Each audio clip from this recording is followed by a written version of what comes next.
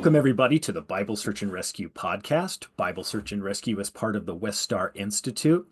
My name is Chad Vinters. I'm a West Star scholar and the host of the Bible Search and Rescue podcast. And today, we are very excited because we are talking to artist, author, and all around extraordinarily interesting human being, Steve Ross, to discuss his graphic novel, Marked, which came out in 2005. And coming up on the 20-year anniversary of it, the graphic novel has gone through a re-release. So it's available now for you to purchase. And we're here to talk with Steve about it. Steve, thank you so much for being here with Oh, us. it's a pleasure, really. Thank you. Thank you, sir. So just the little bit of background is that I read Marked basically right when it had come out and was just blown away by it as someone who had just finished up his undergraduate work, who was very fascinated by the Gospel of Mark. And that's what Marked is based on. It's a telling of the life of Jesus in graphic novel form from the Gospel of Mark. But of course, it's not just, written in like you're trying to depict everything as it was in the ancient world. You've brought it into the modern world. So I just want to jump in and ask a little bit about, first of all, what inspired the project? How did you get involved with it? I guess it's important up front to identify myself as an illustrator as opposed to an artist. Um, they're very, very similar, but I think the thing that differentiates an illustrator is that we live and die by deadlines. Um, I heard through a friend of a friend that church publishing, believe it or not, the people who publish the Episcopal Book of Common Prayer. I mean, can you think of a more buttoned up uh, institution? Was looking to get into this whole graphic novel game. This is back in Hmm. 2005. Um, you know, uh, Art Spiegelman's Mouse had come out, Persepolis had come out, and so they wanted to jump on the bandwagon. So they sent out feelers to see if any illustrators were interested.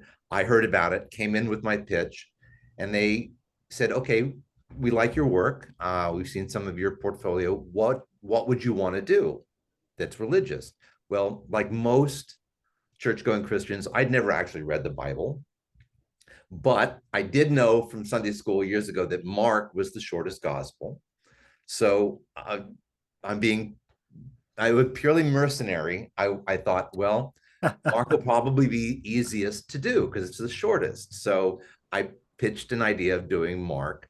I did a couple of sketches and a couple of comps, and they loved it. So I got the gig.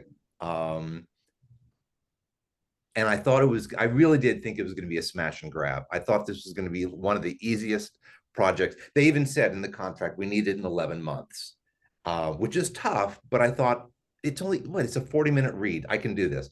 So I signed the contract. I get my copy of the RSV. I go to Starbucks. I sit down with my large latte thinking I'm going to breeze through this in 40 minutes and then I'll get to work and no problem.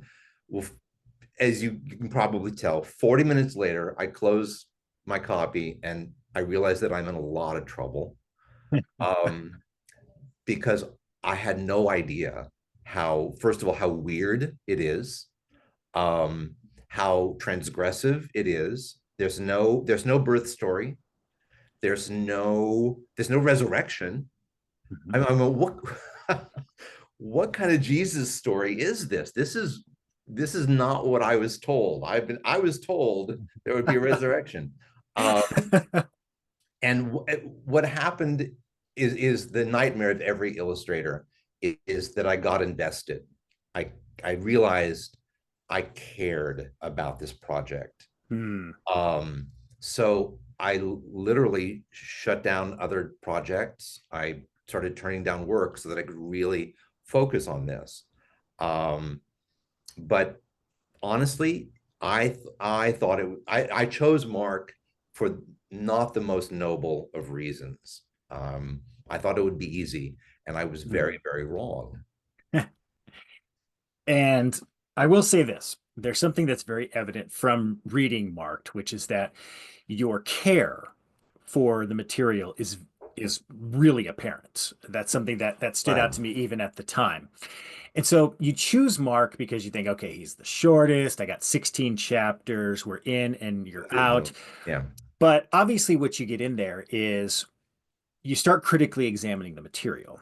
You realize, oh, shoot, right? Because we tend to do this thing in church, which is we make the gospel smoothie, which is that we throw a little Matthew in, we throw a little Luke in, we throw a little Yeah. John in, toss a Mark in, and we create this just sort of amalgamated Jesus story. But Yeah. when you actually read them separately, you go, Yeah. oh, wow, these are quite different. This is happening. Yeah. Yeah. So what really stood out to you in that first critical examination of Mark when you read it? Yeah. Well, this was a pull because in my personal work, I love to draw monsters, D&D, Magic the Gathering. So Ah, demons. I'm a big fan of drawing demons. love that. Um, and I don't know if I was already primed to hear it, but Mark has so many demons. They're like right out of the chute where we've got exorcisms like crazy. Um, and I really enjoyed diving into I mean it's something very early in um, the demon the demon says, what have you to do with us? um, you know, head-on confrontations with demons. Mhm. um, so that was a great intro into how to draw this story. Um, but like you said, critically looking at the role of demons in Mark, um, I found it really interesting that about halfway through Mark, he stops it. He stops doing exorcisms. And I was like, what's going on here? Um, and that's when I realized that how human the Jesus is in Mark, as opposed to like John, where he's kind of almost almost not of this world. Mark, he starts out kind of like superhero stories. His baptism imbues him with these incredible powers, but he doesn't quite know what they're for. So he the most obvious thing is that he's living in an occupied country that is oppressed, and I think that people in an oppressed uh, environment, they start to internalize the oppression. And I think demons are a great metaphor for that internalized hatred of either Mhm. the other or yourself. And Jesus grows up in this occupied country and he sees all these people suffering. He goes, oh, I know what I'm going to do with my power. I'm going to heal.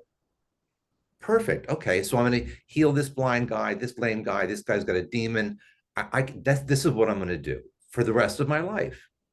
I'm good at this. Okay, they keep coming. That's what I've found really interesting is the demons keep coming. He doesn't get a foothold. He doesn't. They just. I have a couple of pages where he's just very workmanlike, just pulling demons out of people's mouths and Mhm. bodies. But they keep coming. They keep piling up, and I love that in Mark, Jesus course corrects. I believe he thought his life was going to be of a healer, and halfway through, he realizes, no, that's not what I was given these powers for. Mhm. I have to rethink. I have to go away. I have to go on a boat and get away from people and think about what it is that I'm really supposed to do. And he comes back to his followers who are, think they're following this great doctor, and goes, no, I have to die. And of course, their followers are not sure this is, are you okay? Jesus, are you okay? Um, um, I don't know if that answers your question, but that's um, the the idea that he changes, that he course corrects, that he makes mistakes, he gets angry. Mhm. Um, yeah, um, No, beautifully said. And what you're, all the things that you're hitting on are spot on. Uh, Sometimes for people who haven't read Mark recently, the Jesus of Mark does not give a lot of great teaching discourses. It's not like Jesus in Matthew or Jesus Right. in Luke. Yeah. The Mark Jesus is primarily, like you said, an exorcist, right? He's Yeah. just bam, bam, bam. And it's one of the things where, and you capture this very well. The the narrative moves very fast in Mark. Because Sometimes, so it's a yeah, short, it's a short yeah, gospel. It's yeah, like, yeah, yeah. And the use of the word immediately mm, is a common one. So in English, I think I checked on the NRSV recently. I think they have 16 immediatelies in the course of Mark in just the English. that makes Now, sense. when I went back through recently, I'm reading all the text in Greek right now to prepare for a class I'm teaching in the spring, and it's much more than that. I mean, when you're reading it in Greek, there's like 41 occurrences of the word immediately in Greek in Mark. I mean, everything is happening now, now, now, now. Yeah, yeah, It, yeah. and your narrative is beautiful. It captures that fast pace of where Jesus is just going and going and going. And even, to touch on your point, when he commissions the 12, right? What does he Mhm. commission them to do? Go heal. Like, I need help. Yeah, Go heal. And then after the death of John the Baptist, things change. yeah, And all of a sudden he starts to take this different direction of, well, it's the cross. yeah. The I have to cross, die. yeah, is coming. So no, I love it. Now, for those of you who have not read the book, highly encourage you to do it. It's available on Amazon right now. You can get it. The artwork is just beautiful, and it takes unique and fascinating approaches. So you set the story sort of in the modern day context. So Yeah, tell us a little bit about, because you kind of do this wonderful fusion of the past to the present of 2005. So there's right. technology, there's television, right? Tell Yeah. us a little bit about how you created this world of Marked. Um, well, it start 2005, for those of you who weren't born in 2005, we were in the middle of a quagmire of a war in Iraq. Um, it was I think in retrospect, we can all see that we were sold this war. TV had a huge impact, how it was produced, packaged, and delivered to us on our TVs at night. So I knew that TV and media were very important to this story, um, because, and I believe it happened back in Jesus' time too. Um, the media was reporting on him, but not correctly. There was always a spin to what he was doing. Hmm. Um, so I wanted to incorporate that kind of 20th century stuff in. I wanted people to realize that media existed back then as well. And it was, state controlled media or powerful media. Um, I also, I like the idea of automating, the fish and loaves thing was a response to really kind of junk food, spiritual and real junk food that we've been Hmm. eating for years, because it's sold to us. It's packaged and sold to us. And people become dependent on spiritual junk food, just like they get addicted to Cheetos. And so I had these machines that dispense food, and everyone becomes dependent on it. It's a co-brand with Zebedee's. Hmm. Zeb becomes this brand, um, but they break down, which they do. Junk media, junk food, all of that eventually breaks down and doesn't feed you. And then you've got all these hungry people who, and looking around, well, who's going to feed us? And I love this idea that Jesus is there. It's when he begins to realize he's not a healer, he's something else. Um, he's nourishment. He's food. I mean, we do it. The sacraments are food. It's bread and wine. Hmm. He Yeah. becomes food. So he says, turn away from the junk food. There's real food. And Mhm. here it is. And I have this little girl who shares her lunch because that to me is how we all are going to survive, is by sharing our lunch with each other. Mhm. Uh, Jesus becomes the catalyst. He I don't know if that makes much sense, but he is food in the sense that he shows you where the food is. Yeah. Um, I mean, I'm not full disclosure, I'm not a transubstantialist, so I don't actually believe that I'm drinking blood. Thank you very much.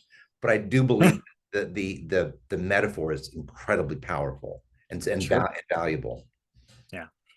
And what you're saying so deeply connects, even maybe even more 20 years later, right? Where you're thinking about where we are Yeah, socially, yeah. the perspective of Jesus, where, and for so many sections of the Christian world in the United States, Jesus is the staunch capitalist, the you work hard, build up your money. Jesus is all for guns and border control and And those types of things. borders, my Yeah, God, I cannot think of a more ironic oxymoron than Christian nationalist. yeah, How can those two words that it's like, jumbo shrimp or George Carlin's military intelligence. How can those two words fit together? But yeah, Christian yeah, nationalist makes me just, how can yeah. you, yeah, Yeah. And that's one of the things that's incredible about it is what you were writing at the time has continued to be more and more and more prevalent through it. yeah, And yeah, speaking of which, because what you're talking about, right? The media, you're talking about the idea of controlling the narrative. So when you read this at home, what you're going to see, and actually on the cover of Marked, that is Jesus. And the depiction you chose for Jesus, like at the beginning of the story before the baptism, he kind of looks like classic Jesus with the long hair, but he transforms. hmm, Tell us a little bit about your inspiration for creating the look for yeah. Jesus. Okay.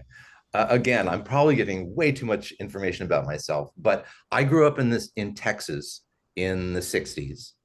Um, Very racist, very white supremacist, very yeah. So I grew up with the picture of Jesus that I grew up with was blue-eyed, blonde-haired, Hmm. and I hated that guy. Um, which is unfortunate because I fell for one of the oldest tricks in propaganda, which is I conflated the image of a thing with the thing itself. So I was throwing the baby out with the bathwater. So when I got this project, I thought about how much I hated that image of Jesus. Um, so I knew that I wanted to do something to shake up not only my viewers, my readers, but myself as well.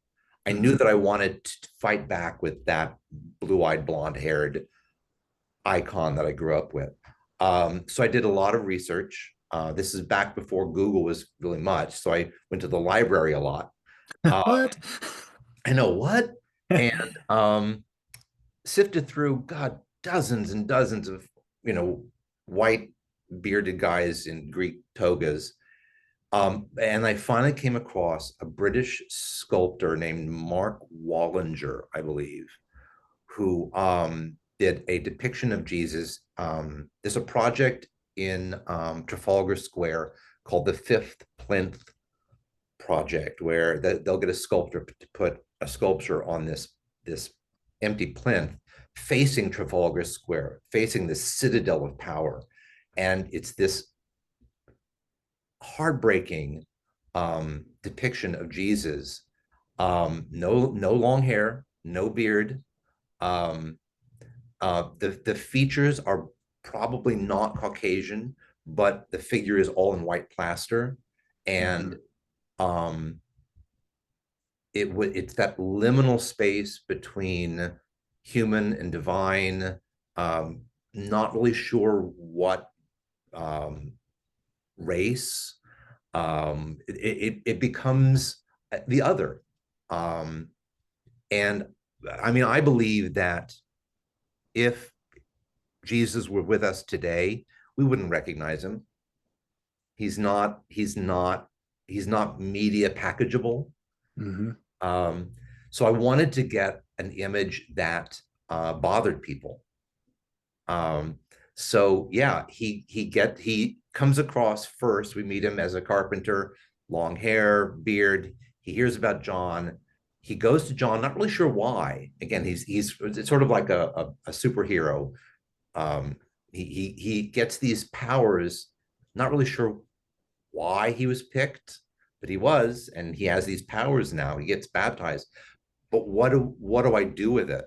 Um, so he goes home and not really sure why he shaves his hair and beard off and he becomes the other. He becomes someone we don't recognize. And I love that then that's we now are forced to go the rest of this journey with someone that we thought we knew, but he's different than he's not what we thought we knew.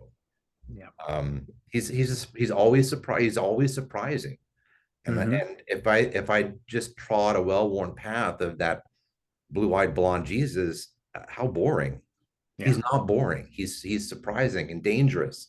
And how do I get that visually? So yeah, he's not your grandfather's Jesus. No, and the word you use in there, I think when the devil is doing the temptation in the limousine Yes, yeah, the sports is, agent. yeah, is androgynous. Yes. He And that's what he is. Yeah. yeah, I can sell this. This is hip. This is trendy. Um, yeah, the devil.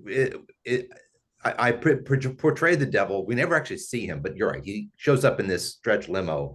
He's a classic sports agent. He's going to drop all of his clients and focus solely on this guy. Um, and it's that it's I think it is actually in Mark about you'll rule the world. You can heal all disease. You can be the greatest healer ever. And Jesus goes, but what about when you die?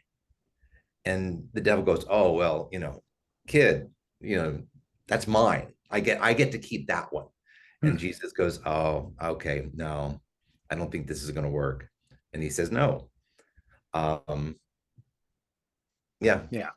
Out of it. By the way, you're a New York guy, right? yeah. Did you have a particular sports agent in mind when you thought of the devil? No, I mean, God, 2005 again. I don't want to blow my own horn, but I knew that Harvey Weinstein was a bad guy in 2005. I Oh. already knew.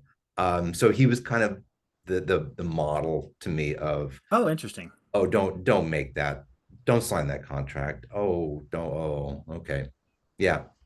I Okay. was I was thinking of him. So while we're on it, because I love the background of, the making of. I always find like the making of movies, or in this case, the making of Marked. Tell me about some of the other inspirations. So in thinking about the high priest, so Caiaphas, Yeah. how did you settle on that image of Caiaphas? Sort of like the chubby, kind of short, plump guy. Again, Harvey Weinstein was a big Hmm. he lived in my head rent free for a while, which was not good. Um, really hate that guy. Really, really hate that guy. Yeah, just that kind of overfed, stuffed, um, um, overly undeserved confidence, huckster, um, televangelist kind of thing that Hmm. really I've seen a lot of televangelists growing up in Texas, but Oh also yeah. um, and they just all seem beefy. They all just seem really well fed and beefy, and that kind of visceral repulsion response uh, Hmm. was the inspiration for Caiaphas. He just seems like that kind Okay. Beautiful. So the other one I was curious about because I was trying to pin it. I was sitting there looking through it. So before meta was a thing, before something could be meta, there's a little bit of meta in the graphic novel, which is that you've got the woman who kind of represents the scribes and the Pharisees, who are the critics of Jesus, who's Yes. reading a copy of the publication Marked.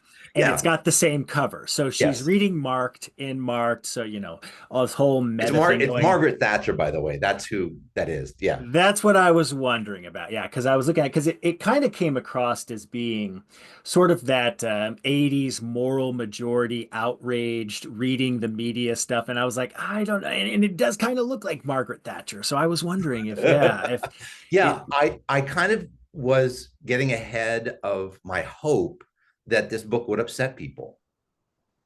I was hoping that I was hoping that someone would ban this book. And Margaret Thatcher was my go-to image of someone who would ban this book. hmm, I don't know if it's been banned. I, I I wonder if my book has been banned. I'm gonna look that up. I'll be that was a so good proud. question. I would be so proud. Yeah. Well, Um, and given our current climate, it might be. it might be it's being re-released. And so, Yeah. who knows? Someone may very well, oh my gosh, I can't believe Jesus looks like this, right? Let's ban it Yeah. along with Mouse. Yeah, right. Yeah, so that was yeah, Margaret Thatcher was on my hit list as well. Love that. All right. So, couple of things here we're going to talk about. Actually, first of all, I want to divest a little bit because I think for some people, like if you're like me, you grew up as a comic book nerd, and I love comics, I love the Yeah. mythology. Help us understand a little bit about what does the process look like? So you're doing the illustrations. Do you do the illustrations like in like larger format, pane by pane? How does it all come together? Like how do you illustrate and how does it end up on the page? Yeah. Comics are drawn on a double size. The images. If you've ever gone to a Comic Con and artists are selling their originals, you'll see it's a big 11 by 17.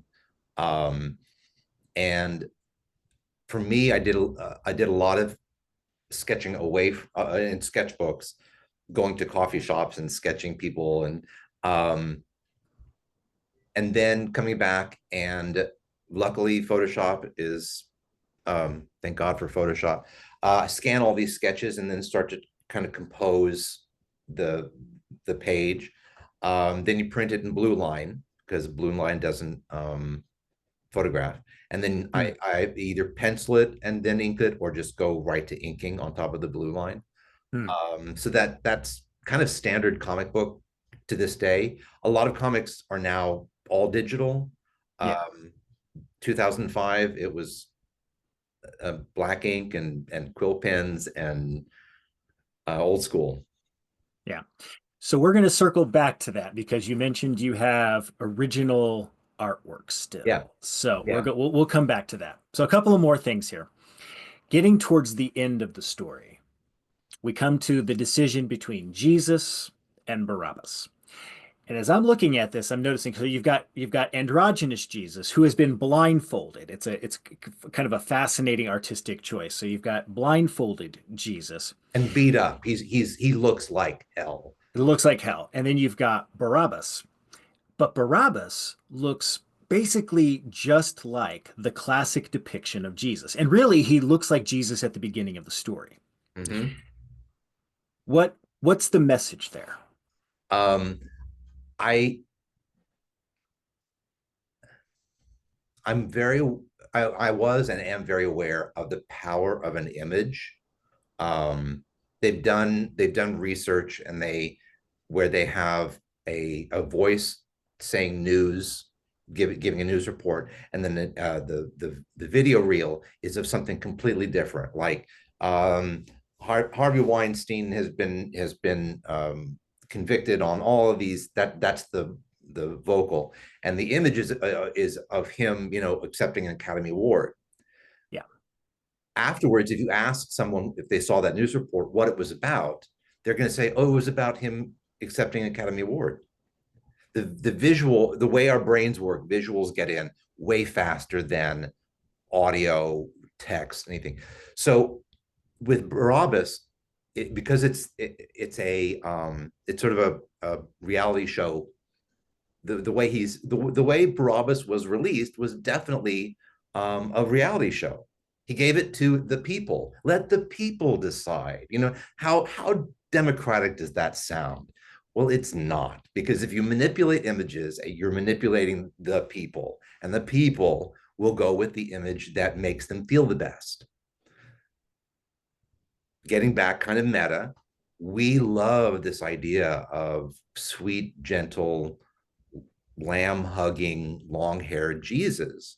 The idea Hmm. of looking at this guy who's been beat up and really smells bad. And I don't know, he probably deserved whatever he got. He doesn't look good. He doesn't look good.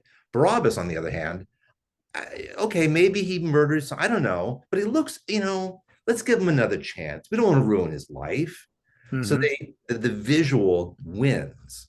And if you manipulate the visual, you manipulate the supposedly democratic choice. So Barabbas gets away because he looks like a nice kid. He just made some mistakes.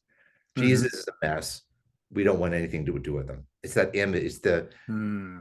being careful when you look at an image. Be very careful when you're looking at an image, because they don't tell you everything. I think I mentioned this earlier. There's a great painting by Rene Magritte called The Tyranny of Images. If you're an art history nerd, you'll know exactly what I'm talking about. It's a painting of a pipe, and underneath in French, it says, "This is not a pipe," because it's not. It's an image of a pipe. So I think it's really important. I believe that every image of Jesus that we see falls somewhere on the propaganda spectrum, from benign to absolutely malignant. Somewhere, every depiction of Jesus has an agenda of Hmm. some sort. And again, I'm not saying you shouldn't look at pictures of Jesus or draw them. Just be aware that you're consuming an image. Yeah. That hits hard, especially because as a New Yorker, I'm thinking about when you're talking about images. This week, the acquittal of Daniel Penny, the subway incident, right? Yeah, very painful. Yeah, there's a lot going on there because, one of the things that, you see all these pictures of Daniel Penny, and he's in a nice suit, and the story, it almost always refers to him as a Marine, right? Marine, Marine, Marine. Yep. And then you have young Mr. Neely, who, it's all of the images and all of the stories are about his mental health battles. Mm-hmm. So Yeah. it's something, there's something profound about that, and it continues to, and like I said, that's one of the things. The book almost comes across as somewhat prophetic right now, because most of Yeah. these issues have, it wasn't Did not like, go away. yeah, it wasn't like oh, in 2008 it all vanished, or 2010 it all Right. vanished. It's just exacerbated. Yeah. Yeah.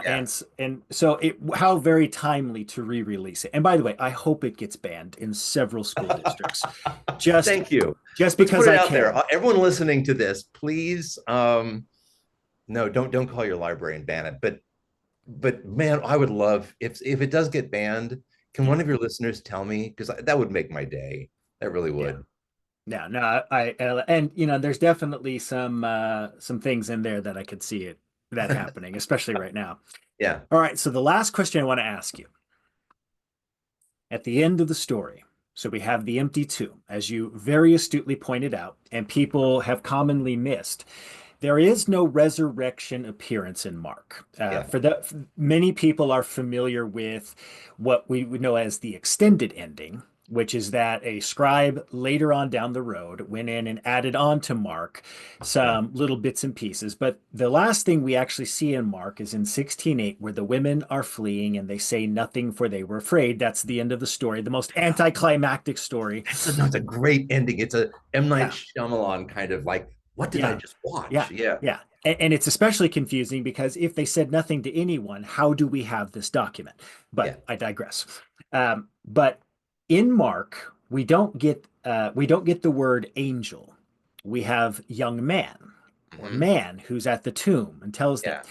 And you chose this really profound, large, kind of burly clown Yes. who's in there, and he says, "I'm glad you showed up. I was afraid I'd be waiting all day." Yeah. What was the inspiration for the Yeah. clown? That clown has pissed so many people off, and that made me Oh, happy too. Um, the thing about that whole tomb scene is, I was thinking about um how grim the story ends. yeah. It ends with just a pointless state-sanctioned murder.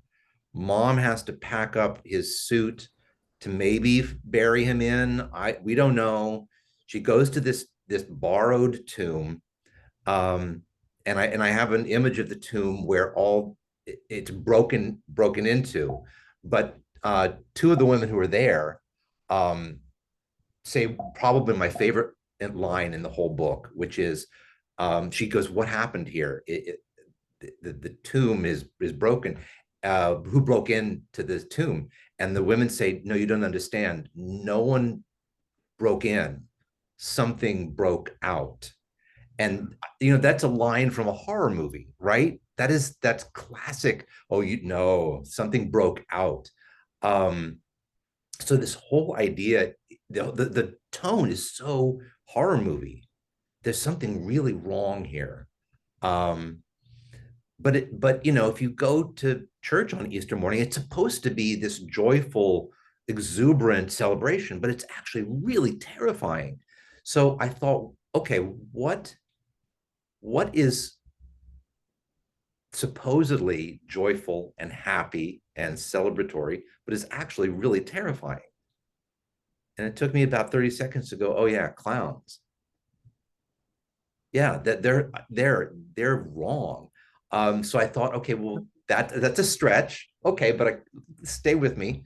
So I did some research about some of the commedia dell'arte characters, specifically Pulcinella, Mhm. um, who is an agent of chaos, who um, supposedly works with the devil, but at the end, almost always the lovers get together because something Pulcinella pulled some strings or did something behind the scenes to bring the lovers together. So Pulcinella is this agent of chaos.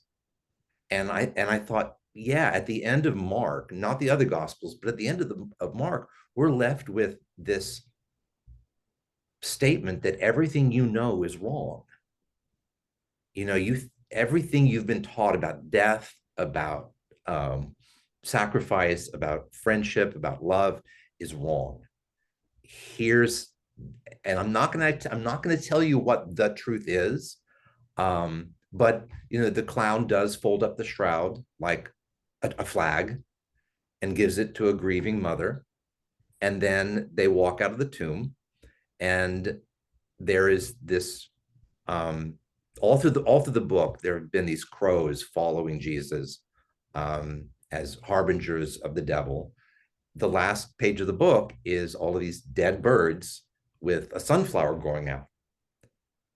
It's the death of death is and that's how Mark ends. It Mhm. doesn't spoon feed you, which I love. It's sort of like, yeah, it doesn't spoon feed you. You have some work to do now. Go out now. I've given you this story. Go out. Um, Hmm. I love that. Oh, I love that on so many levels. All right. So, one thing I want to touch on here before we talk about your website and that sort of stuff is how many really angry reactions have you gotten to Marked over the years? um, not enough. Oh, that's unfortunate. Yeah. What are some of the best you've gotten? Well, 20 years later to get this. Actually, one of the priests at my church right now, I go to St. Bartholomew's here in New York. One of the priests was so excited to meet me because he was at a book signing 20 years ago as a 14, 15-year-old kid. So he's now, when he came to our church, he was like, are you are you that Steve Ross? And I went, yeah. And he brought me this dog-eared 20-year-old copy and went, I have this. You signed this 20 years ago. So that was like a kick. That I was love. really Oh, lovely. that's Um, awesome. yeah, I didn't piss off as many people as I had hoped and still hope. I mean, like we said earlier, if we can get this banned somewhere, that would be really great. Yeah. Well, and there's certainly enough in it that does not conform to the idealist, say, fundamentalist Yeah. Jesus image. But have you gotten any like really like angry emails about it or anything like that? No. No. Who did you piss off with the clown? A couple of reviewers. Oh. Um, there were some reviewers who just went, "What's this guy doing? I don't get it." And I thought, well, okay. What One of the things that I would love for this book to do is I would love for people to read this book before they read Mark, the actual gospel. I want them Mhm. to read this book and go, "Oh, this is ridiculous. What is this?" And I want my book to goad people into going and actually reading the gospel, to Mhm. do a kind of a side by side. Because, like I said earlier, like most church going Christians, I never read the Bible, which is a shame. I would love for my book to make people read the Bible. Yeah. Well, something that really impresses me about it is, and again, whether intentional or not, or whether it was just you, looking at the flow of the narrative, you really captured even some of the narrative structure of Mark in a way that doesn't necessarily spell out connectivity. So one of them that stands out to Mm-hmm. me, it's one I've pointed out over the years to people, is the consecutive stories of Jesus casting out the legion of the Mm-hmm. man in the Decapolis, and then he goes back across and he heals the woman who's been bleeding for 12 years, and he Right. heals the daughter. Right. And the woman and the daughter are connected. The woman's been bleeding for 12 years. The girl is 12 years old. Right? Right. And he calls both of them daughter in it. Now, what's really fun is that when you go back and you look at the first story, it doesn't seem like the Legion and the two women are connected, but they are. Yeah. Because in all three stories, the theme is that Jesus takes that which is unclean and makes it clean, right? Mm-hmm. And you capture that. Like you nail some of these structural things in the narrative that a lot of times readers completely miss. Like when I've explained that over the years to folks, that you've got this thematic uh, move taking place where Mark wants us to understand, but like you said, he doesn't spoon feed it. Like he doesn't end it with like a trite thing. And Jesus wanted Yeah, everyone to be Jesus, clean, right? Jesus did. Yeah. Yeah. Yeah. And but you nailed that. You nailed that on multiple occasions where you capture that structure and you bring those things out. And I love that. I love that about this about the book. Well, It's I really think, wonderful.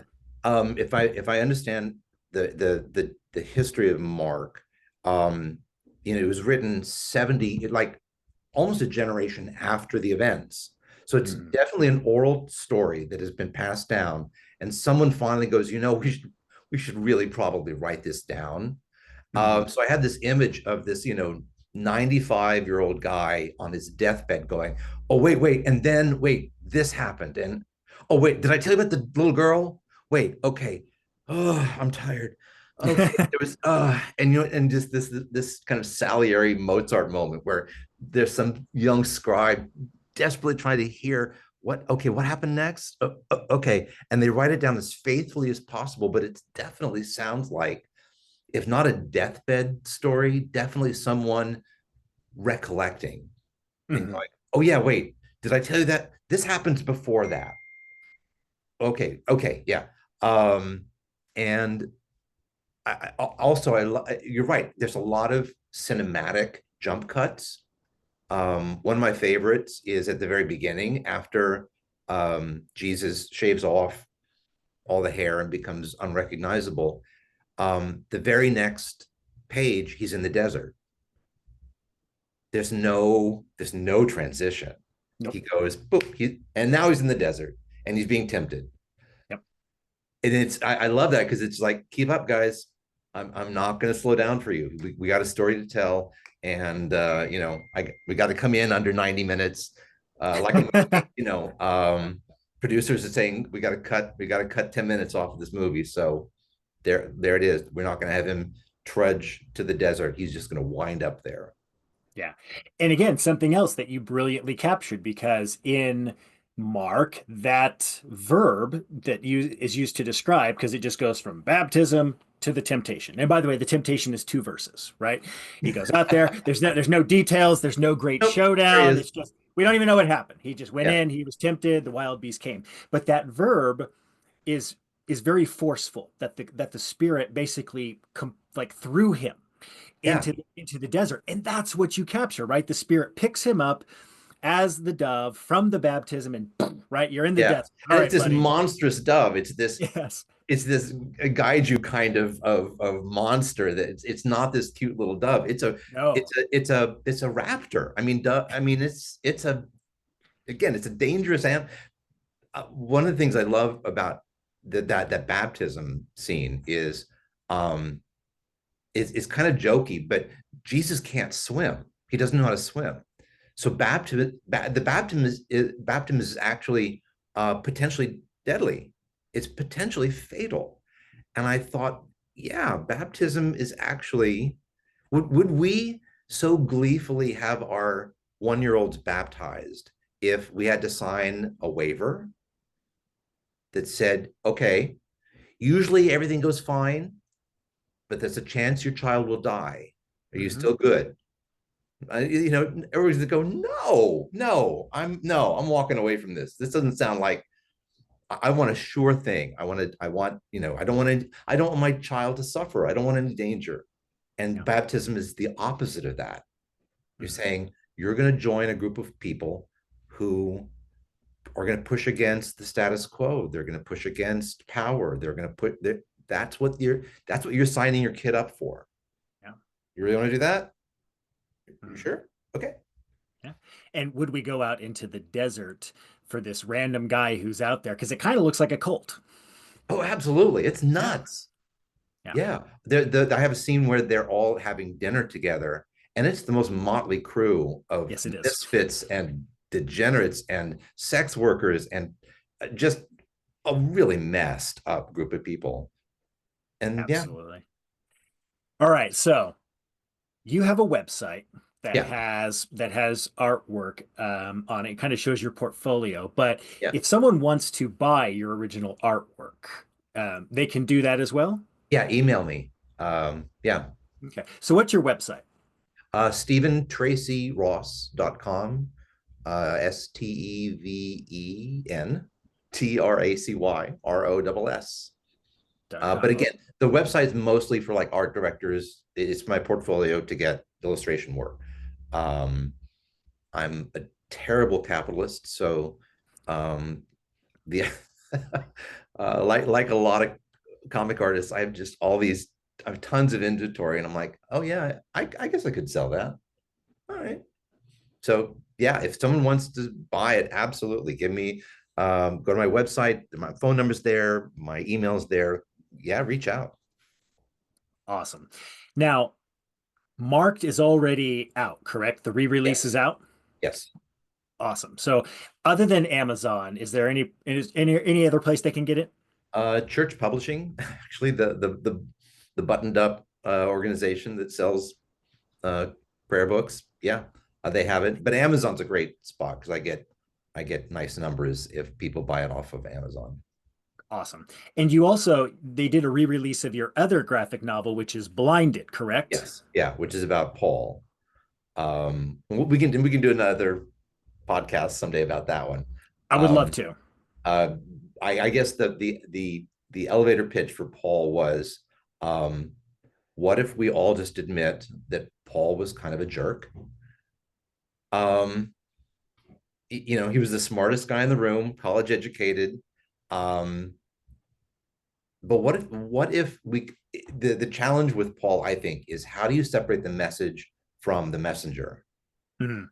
Because he's so arrogant and so sure of himself, and but he's saying is brilliant and incisive and correct, but he's really kind of a jerk.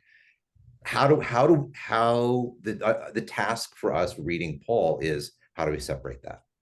And we have to, because again, image gets you every time. So Mhm. we've sanitized Paul to be this saint, and every saint is a sinner. Every saint has a past. It just, so that's my pitch for Paul. Awesome. And I would love to do a follow-up, and we'll talk about Blinded. Okay. Not long down the road. I'll reconnect with you, but thank you so much for your time this morning. We really Oh, this has appreciate been it. great. Yeah. So I hope we'll do this again. Absolutely. And thank you to everyone who has been here for our podcast with Steve Ross. Thank you to all of you for continuing to support the Bible Search and Rescue Project as part of Westar. I'm Chad Benners. I'm the Director of Bible Search and Rescue. We thank you as always. And until next time, go do something to make the world a better place. Take care, everybody.